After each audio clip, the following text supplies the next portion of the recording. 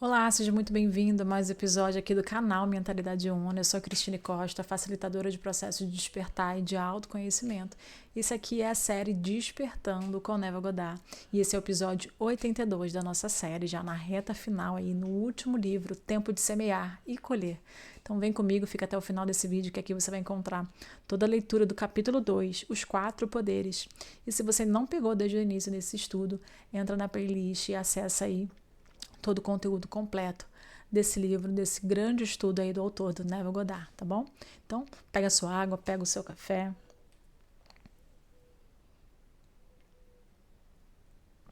Para darmos continuidade aí ao nosso estudo, não deixa de curtir, comentar e compartilhar esse vídeo para ajudar aí, né, na entrega desse conteúdo. E se você não está seguindo, segue o canal, ativa as notificações para poder você ficar aí por dentro de tudo ainda que vem aí, né, no nosso canal, nos nossos estudos, na nossa expansão juntos aí, juntos nesse movimento de despertar diariamente um pouquinho mais dessa expansão de consciência, tá bom?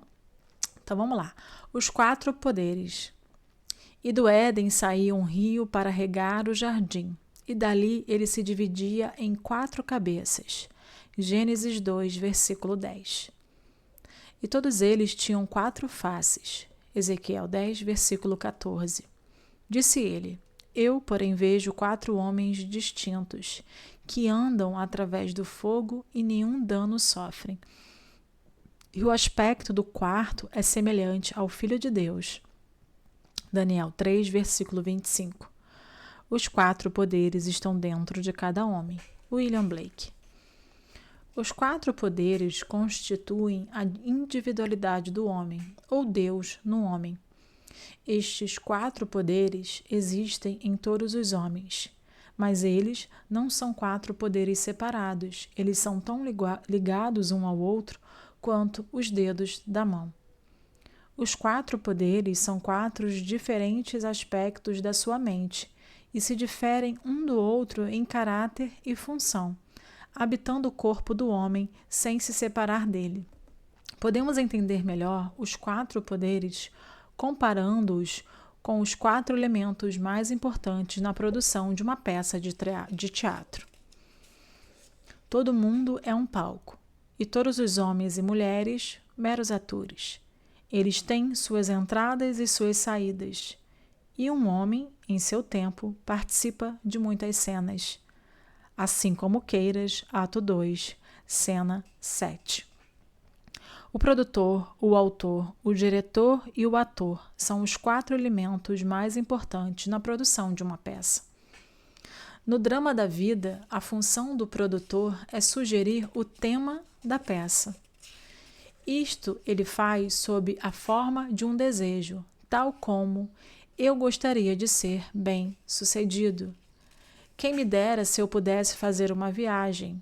Quem me dera eu fosse casada e assim por diante. Mas para aparecer no palco do mundo, estes temas gerais devem ser especificados e trabalhados detalhadamente. Não é o bastante apenas dizer, eu gostaria de ser bem-sucedido. Isso é muito vago. Sucesso em quê? No entanto, o primeiro poder só sugere o tema. A dramatização do tema é deixada para a originalidade do segundo poder, o autor. Na dramatização do tema, o autor escreve apenas a última cena da peça, mas esta ele escreve em detalhes. A cena deve dramatizar o desejo realizado. Ele mentalmente constrói esta cena o mais próximo possível daquilo o que ele experienciaria caso o desejo fosse realizado. Quando a cena está nitidamente visualizada, o trabalho do autor termina. O terceiro poder na produção do jogo da vida é o diretor.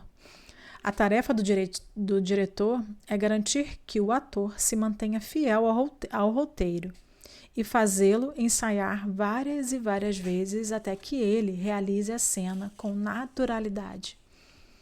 Esta função pode ser comparada a uma atenção conscientemente controlada e dirigida, uma atenção focada exclusivamente na ação que implicará na realização do desejo. E o aspecto do quarto é semelhante ao Filho de Deus. A imaginação humana, o ator, este quarto poder, performa dentro de si mesmo, na imaginação, a ação pré-determinada que implica na realização do desejo. Sua função não é visualizar e nem observar a ação. Esta função realmente encena o drama e faz isso várias e várias vezes, até que ela assuma os tons de sua realidade. Sem a visão dramatizada do desejo realizado, o tema continua a ser um simples tema e repousa para sempre nas vastas câmaras dos temas não nascidos. Sem a cooperação de sua atenção, obedecendo à visão dramatizada da realização do desejo, esta visão não será percebida e nem atingirá a sua realidade objetiva. Tende em vós o mesmo sentimento que teve Jesus Cristo, que, tendo plenamente a natureza de Deus, não julgava como ofensa se igualar a Deus. Filipenses 2, versículos 5 e 6. O drama da vida é um esforço conjunto dos 4 aspectos da alma humana. Tudo que você observa, embora pareça estar fora, está dentro, em sua imaginação, da qual este mundo de mortalidade é apenas uma sombra. William Blake. Tudo que vemos é uma construção visual artificial que expressa um tema que foi dramatizado, ensaiado e executado em outro lugar. O que estamos assistindo no palco do mundo é uma construção ótica concebida para expressar os temas que foram dramatizados, ensaiados e realizados na imaginação dos homens.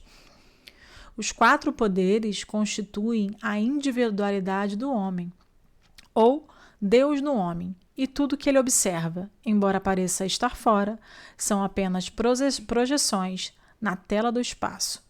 Construções óticas arquitetadas pelo próprio indivíduo para informá-lo a respeito dos temas que ele concebeu, dramatizou e ensaiou e executou dentro de si mesmo. A criatura foi feita sujeita à vaidade, para que ela possa tornar-se consciente da sua individualidade e de suas funções, pois a consciência de sua individualidade e suas funções, ela pode agir de acordo com uma finalidade. Ela pode conscientemente ter uma história autodeterminada, ou seja, você pode escolher a forma como você vai existir. Sem consciência, ela age inconscientemente e clama a um Deus objetivo para ser salva da sua própria criação. Ó Senhor, até quando eu clamarei e tu não me escutarás? Mesmo clamando fervorosamente, tu não vens me salvar. Abacuque 1, versículo 2. Quando o homem descobre que a vida é uma peça que é escrita conscientemente ou inconscientemente por ele mesmo, ele deixará a cega autopenitência de ficar julgando os outros. Em vez disso, ele vai reescrever a peça conforme o seu ideal, pois ele vai perceber que todas as alterações na peça devem ser provenientes da cooperação dos 4 poderes dentro dele. Só eles podem alterar o script e produzir a mudança. Todos os homens e mulheres em seu mundo são meros participantes, que são tão impotentes para mudar a sua peça como são os atores no palco do teatro para mudar o cenário. A mudança desejada deve ser concebida, dramatizada, ensaiada e realizada no teatro da sua mente.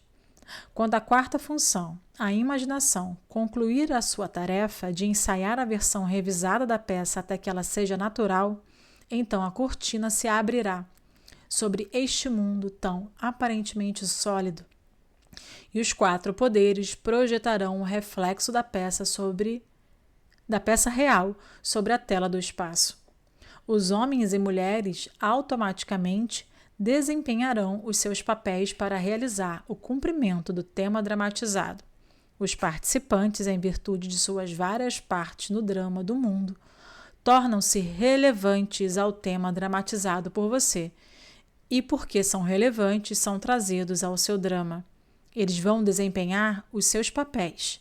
acreditando fielmente que, ao mesmo tempo, foram eles mesmos que iniciaram as cenas que eles participaram. Isto porque, Pai, tu estás em mim e eu em ti, e eu neles e tu em mim. João 17, versículos 21 e 23. Eu estou envolvido pela humanidade. Nós somos um. Estamos todos desempenhando as 4 funções: o produtor, o autor, o diretor e o autor no drama da vida. Uns fazem isso conscientemente, outros inconscientemente. É necessário que isso seja feito conscientemente. Somente desta forma poderemos ter a clareza de um final perfeito para a nossa peça.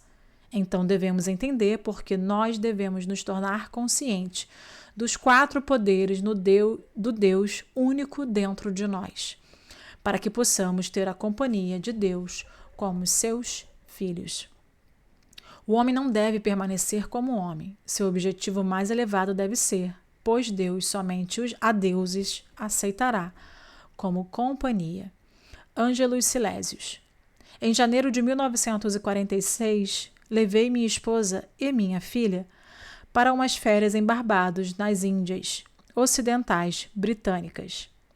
Sem saber que havia uma grande dificuldade para obter uma passagem de retorno, eu não reservei a nossa antes de sair de Nova York. Após nossa chegada em Barbados, descobri que havia apenas 2 navios atendendo às ilhas, um vindo de Boston e outro de Nova York. Disseram-me que não havia lugar disponível para eles até setembro. Como eu tinha compromissos em Nova York, logo na primeira semana de maio, eu coloquei meu nome na longa lista de espera para um retorno em abril. Poucos dias depois, o navio de Nova York estava ancorado no porto. Eu o observei muito atentamente e decidi que ele seria o navio em que eu embarcaria com a minha família. Voltei para o meu hotel e assumi a atitude que eu teria caso estivéssemos navegando de verdade naquele navio. Sentei-me em uma poltrona confortável em meu quarto e me lancei em uma ação imaginativa. Em Barbados, temos que embarcar em uma lancha motorizada ou em um barco a remos para seguir para o porto mais profundo, quando o embarque é realizado em um grande navio. Eu sabia que eu teria que assumir a sensação de que estávamos embarcados no navio. Eu escolhi a ação interna de sair tranquilamente do porto e subir a rampa para o navio. A primeira vez que tentei, minha atenção vagueou depois de ter chegado ao topo da rampa. Eu retornei a mim mesmo e tentei de novo.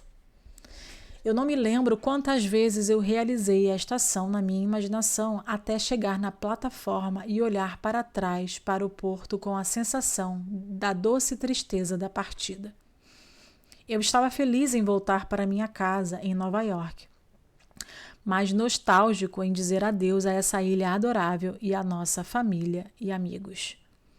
Eu me lembro que em uma das minhas muitas tentativas de subir a bordo com a sensação de que eu estava navegando, eu adormeci. Depois que acordei, eu segui com as minhas atividades sociais de costume, tanto de dia como à noite. Na manhã seguinte, recebi um telefonema da companhia de navios, pedindo-me para comparecer em seu escritório para buscar os nossos bilhetes para viajar em abril. Eu fiquei curioso para saber o motivo do cancelamento desta saída de Barbados. E por que fui escolhido para ser encaixado nesse cancelamento? E por que, mesmo estando no final de uma longa lista de espera, acabei ganhando a reserva? Mas tudo que o agente pôde me dizer foi que o navio havia sido recebido naquela manhã, vindo de Nova York, oferecendo passagem para 3 pessoas. Eu não fui o primeiro a ser chamado pelo agente, mas, por razões que ele não soube explicar, aqueles que foram chamados primeiro disseram que no momento eles não poderiam viajar em abril. Nós partimos em 20 de abril e chegamos em Nova York na manhã do dia 1º de maio. Na produção da minha peça, Navegar em um Navio que me levaria para Nova York, no início de maio, eu utilizei os 4 elementos mais importantes do meu drama. Como produtor, eu decidi navegar em um navio específico em um determinado momento. No papel do autor, eu escrevi o roteiro e visualizei a ação interna que conformava com a ação exterior, que resultaria no meu desejo sendo realizado. Como diretor, eu realizei os ensaios. Como ator, imaginei-me na ação de subir a rampa até que a ação se tornasse completamente natural. Isto sendo feito, os eventos e as pessoas rapidamente foram mudados para que o mundo exterior fosse adequado à peça que eu tinha construído e promulgado na minha imaginação. Eu vi o fluxo da visão mística, eu vivi entre os homens, bosques e riachos, até que eu já não conseguia distinguir o fluxo da vida e os meus sonhos. George William Russell. Eu contei essa história para um público em uma palestra minha em São Francisco, e uma senhora na plateia me disse como ela, inconscientemente, tinha usado essa mesma técnica quando ela era uma menina. O incidente ocorreu na véspera de Natal. Ela estava se sentindo muito triste e cansada, com pena de si mesma. Seu pai, a quem ela adorava, havia morrido repentinamente.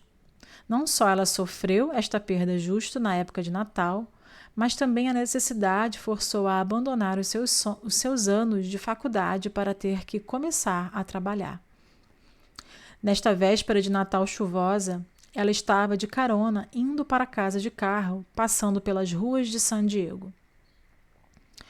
O carro estava cheio de jovens felizes, conversando entre si, todos voltando para casa para passar as férias. Para esconder as lágrimas daqueles que a rodeavam, ela inclinou-se para fora de uma janela do carro, que estava aberta, e virou o seu rosto para o céu, para que as gotas de chuva se misturassem com as suas lágrimas. Com os olhos fechados e se apoiando firmemente sobre a porta do carro, ela disse isso para si mesma. Não é o sal das minhas lágrimas que eu estou provando, mas o sal do vento que vem do mar. Não estou em São Diego, estou no Pacífico Sul e estou navegando pela Baía de Samoa. Então, olhando para cima na sua imaginação, ela construiu o que ela imaginou ser o Cruzeiro do Sul. Ela perdeu-se nesta contemplação e tudo se desvaneceu ao seu redor. De repente, ela estava no fim da linha, em casa. 2 semanas depois, ela recebeu uma carta de um advogado em Chicago, informando que ela estava com $3.000 em títulos americanos destinados a ela. Vários anos antes, uma tia tinha ido para a Europa, deixando instruções que estes títulos fossem entregues à sobrinha caso ela não retornasse para os Estados Unidos.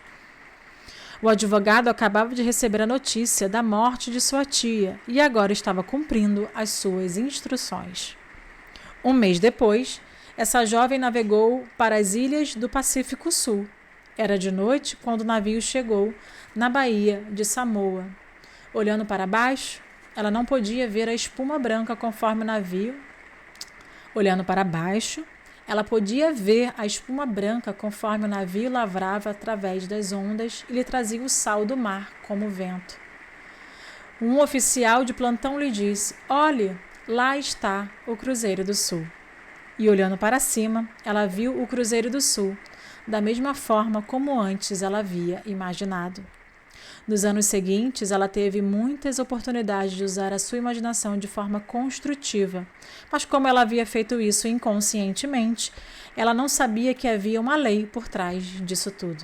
Agora que ela entende, ela também está conscientemente utilizando os seus 4 elementos principais no seu drama diário da vida, produzindo peças para o bem dos outros, assim como o bem para ela mesma. Tendo, pois, os soldados crucificado a Jesus, eles tomaram as suas vestes e fizeram delas 4 partes, uma para cada soldado. Tomaram também a túnica, porém a túnica não tinha costura, sendo toda tecida de cima para baixo. João 19, versículo 23.